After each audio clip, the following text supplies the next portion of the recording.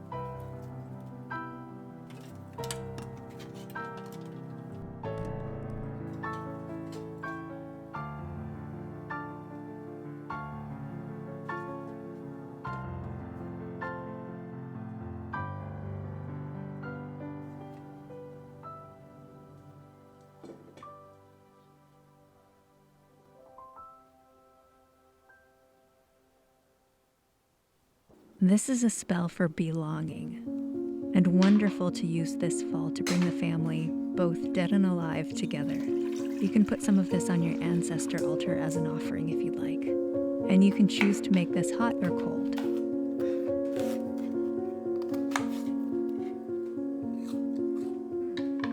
Apple to invoke ancestral wisdom.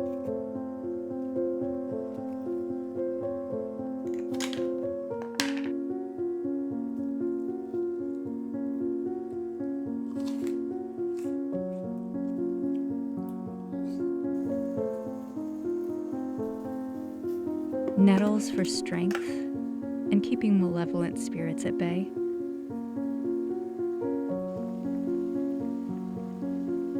Mint for goodwill and understanding.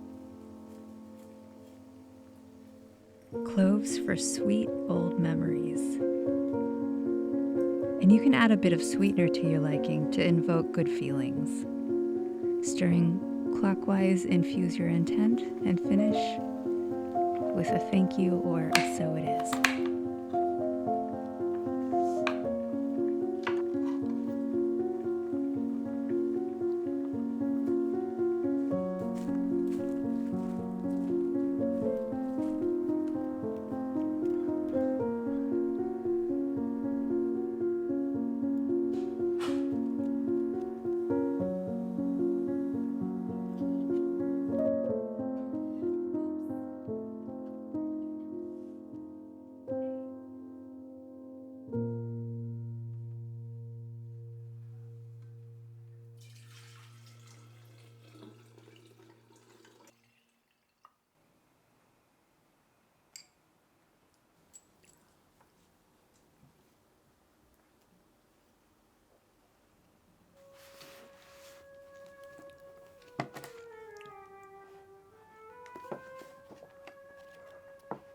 I had to take the Hedge Druidry book back to the library, but for somebody who is new to Druidry, I felt like it gave a nice overview. It had a glossary of words. It had rituals like a ritual for the sky, the sea, the land, the underworld, the seasons, the moon. I mean, there were a lot of rituals in there, and an explanation of just kind of the basis of beliefs. I definitely feel connected to it. The author, Johanna Hoeven, who has a YouTube page, by the way, here, she talks a lot about being a leader to yourself and others in this practice and essentially being really good to the earth. So I can definitely already feel like I fall in alignment with a lot of the values that they hold, at least from what I can understand in this context. I don't know if this is her perspective or if when I go a little deeper, if there's other books out there that will have a different opinion or just a different perspective on it. I did record one of her guided visualizations. If you want it, feel free to email me. Email's in the description box below. And it was cool to just get a sense of the gods and the land and the ancestors through her eyes of being a hedge druid, a solitary practitioner. So I would recommend it if you're interested in learning a bit more about Druidry. The other book that I am reading, which I did purchase, will work. So this is A Broom at Midnight, 13 Gates of Witchcraft by Spirit Flight by Roger J. Horne. There's different charms in here for doing Spirit Flight, and a lot of these are really old, and I'm really excited to read this. I've only just started, so I'm not that far in. In this unique offering, the author organizes the lore and charms of the transvective arts around 13 central lessons and approaches in methodology, acting as gates through which the practitioner may cross. Some approaches offered here may be familiar to folk and traditional witches, such as Veneficium by way of poison, Via Aquarum by way of steed, Imaginibus by way of image, and Tempestatis by way of storm.